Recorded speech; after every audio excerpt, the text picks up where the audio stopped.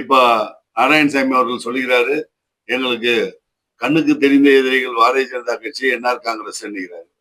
கண்ணுக்கு தெரியாத எதிரிகள் இருக்கிறாங்கன்னு சொல்றாரு. அது என்ன அவங்க கட்சியிலே அவங்களுக்கு ஆள் வைக்கிற ஆள் இருக்கிறாங்கன்னு சொல்றாங்களா? இல்ல அவங்க கூட்டணி கட்சிக்குள்ளே ஒரு நம்பிக்கையற்ற தன்மை நிலவுகிறதா? தெரியல. அவருக்கு அவர் கட்சியை பத்தி ஒரு டவுட் இருக்குது. அதனால நாங்கள் திடமான முடிவோடு நாங்க எல்லா சாதனைகளும் செஞ்சுட்டு நாங்க களத்துக்கு போறோம்.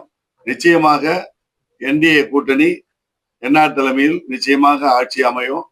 நாங்கள் மிகச்சிறப்பாக 2024 வெற்றி பெற்று மறுபடியும் ஆட்சியை பிடிப்போம் என்பது உறுதியாக சொல்லியிருக்கிறார். அதாவது கூட்டணி இல்லைன்னு சொல்லல, கூட்டணி என்ன பேசி முடிவு பண்ணவில்லை. அதாவது சீட்டு அடிப்படையில், ஏன்னா 2 சீட்டு வெளியில உலா வருது. அது கிடையாது, சீட்டு என்ன பேசி முடிவு பண்ணல, அந்த அர்த்தத்துல தான் சொல்லியிருக்காரு. கோசம் கூட்டணி இல்லைன்னு கிடையாது. கண்டிப்பாக கூட்டணியோட தான் நாங்க செயல்படுறோம். கூட்டணியை பத்தி எங்களுடைய கட்சியிலிருந்து வந்ததா நியூஸ் வந்திருந்தது.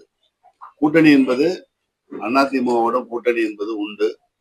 அது மட்டும் இல்லாம ஏதாவது அவதூறா சில பத்திரிகைகள் இவரு முதல்வர் அவரு முதல்வர் எழுதுகிறாங்க. அதெல்லாம் கிடையாது. என்டிஏ கூட்டணிக்கு எங்களுடைய என்ஆர் அவர்கள் தான் தலைமையில நாங்க களம் காணுகிறோம். அதனால முதல்வர் என்பது அவர் தான் என்பது திட்டமிட்ட ஒரு முடிவு, திடமான ஒரு முடிவு.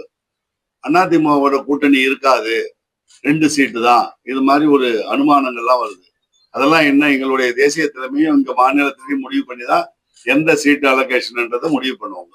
அதனால அது ஒரு தவறான நியூஸ்.